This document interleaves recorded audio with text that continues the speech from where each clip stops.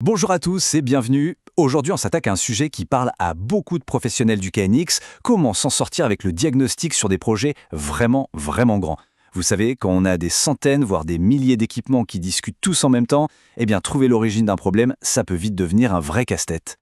La question de départ, elle est simple. Mais comment on fait pour s'y retrouver quand une fonction aussi basique que d'allumer une lumière ne marche plus, par où on commence à chercher quand l'installation est gigantesque? Voyons ensemble comment on peut aborder ça de manière méthodique. Alors imaginez un peu le truc. Sur une grosse installation, le bus KNX, c'est une véritable autoroute de l'info, mais aux heures de pointe. On a des milliers de messages, qu'on appelle des télégrammes, qui circulent à chaque minute. Essayer de trouver manuellement celui qui cloche, c'est un peu comme chercher une aiguille dans une botte de foin. Ou si vous préférez, c'est comme essayer de suivre une seule conversation dans un stade de foot bondé. Bon courage! Et voilà, on y est. Cette surcharge d'informations, c'est ça le principal défi des grands projets. La complexité et la taille de l'installation transforment ce qui devrait être un simple dépannage en une véritable mission d'investigation. Face à ce déluge de données brutes, on peut très vite se sentir complètement dépassé. Sans une bonne méthode et surtout les bons outils, on risque de passer des heures à essayer de déchiffrer des lignes de code, bien souvent sans succès. La frustration monte et pendant ce temps, le temps, lui, il file. Et le temps, c'est de l'argent. Heureusement, le logiciel ETS nous donne un sacré coup de main avec deux outils vraiment puissants pour reprendre le contrôle. Ce sont les moniteurs de diagnostic. Allez, voyons comment ils vont nous aider à y voir beaucoup plus clair. Bon, on a deux options. D'un côté, le moniteur de groupe, de l'autre, le moniteur de bus. Le moniteur de groupe, il est super pour des tâches bien ciblées, genre vérifier si un bouton envoie la bonne commande. Mais pour les diagnostics complexes, celui qui va vraiment nous intéresser aujourd'hui, c'est le moniteur de bus.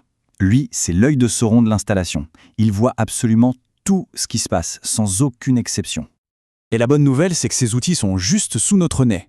Comme on le voit ici, on les trouve directement dans le menu diagnostic du logiciel. Pas la peine de chercher pendant des heures pour trouver nos super pouvoirs. Ok, maintenant qu'on sait où il se cache, il est temps d'explorer ce fameux moniteur de bus. C'est vraiment lui qui va nous permettre de dompter le chaos et de rendre le diagnostic efficace, même sur les plus gros chantiers. Une fois qu'on lance l'enregistrement, le moniteur nous affiche un tableau avec plein d'infos. Ce qui nous intéresse vraiment, ce sont ces colonnes clés. On a l'heure, pour savoir à la milliseconde près quand un événement a eu lieu. L'adresse source, c'est pour savoir qui a parlé. L'adresse de destination, c'est pour savoir à qui on a parlé. Et enfin, la colonne info, qui contient la commande ou la valeur envoyée. En gros, c'est la carte d'identité de chaque communication. Le truc, c'est que, même avec cet outil génial, le problème de base est toujours là. On se retrouve face à un mur de données. Des centaines et des centaines de lignes qui défilent à une vitesse folle. On a le bon outil, oui, mais on est toujours noyé sous le volume. Et c'est là, maintenant, qu'arrive la fonction qui va absolument tout changer. Pour transformer tout ce bruit en une information utile, il n'y a pas de secret. Il faut filtrer. C'est la compétence clé pour un diagnostic rapide et précis. Alors, la question à 1 million, comment on passe de milliers de lignes à seulement quelques-unes, celles qui comptent vraiment pour résoudre notre problème? Comment on fait pour isoler le bon signal dans tout ce bruit ambiant? La réponse en fait est toute simple, la fonction de filtre. C'est ça notre meilleur allié. Il faut le voir comme un assistant ultra performant à qui on peut dire « Ok, ignore absolument tout le reste et montre-moi uniquement ce qui vient de cet équipement ou ce qui va vers cet autre équipement. » Et en pratique, la méthode est super simple. Elle se fait en 4 étapes. 1. On lance l'enregistrement pour tout capturer. On ne rate rien. 2. Pendant que ça enregistre, on reproduit le problème. 3. L'étape cruciale, on applique un filtre. Par exemple, sur l'adresse du participant qui nous pose problème.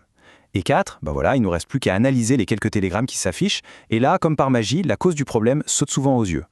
Bon, maintenant qu'on maîtrise le filtrage de base, on va passer au niveau supérieur. Le moniteur nous réserve encore quelques fonctions avancées pour devenir un véritable expert du diagnostic KNX.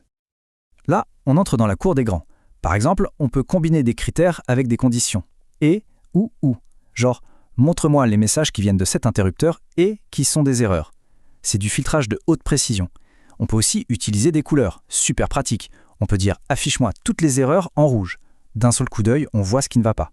Et enfin, la fonction la plus puissante, surtout pour les pannes qui n'arrivent que de temps en temps, les déclencheurs.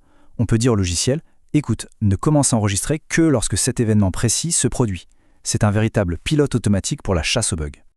L'objectif final de tout ça, il est là.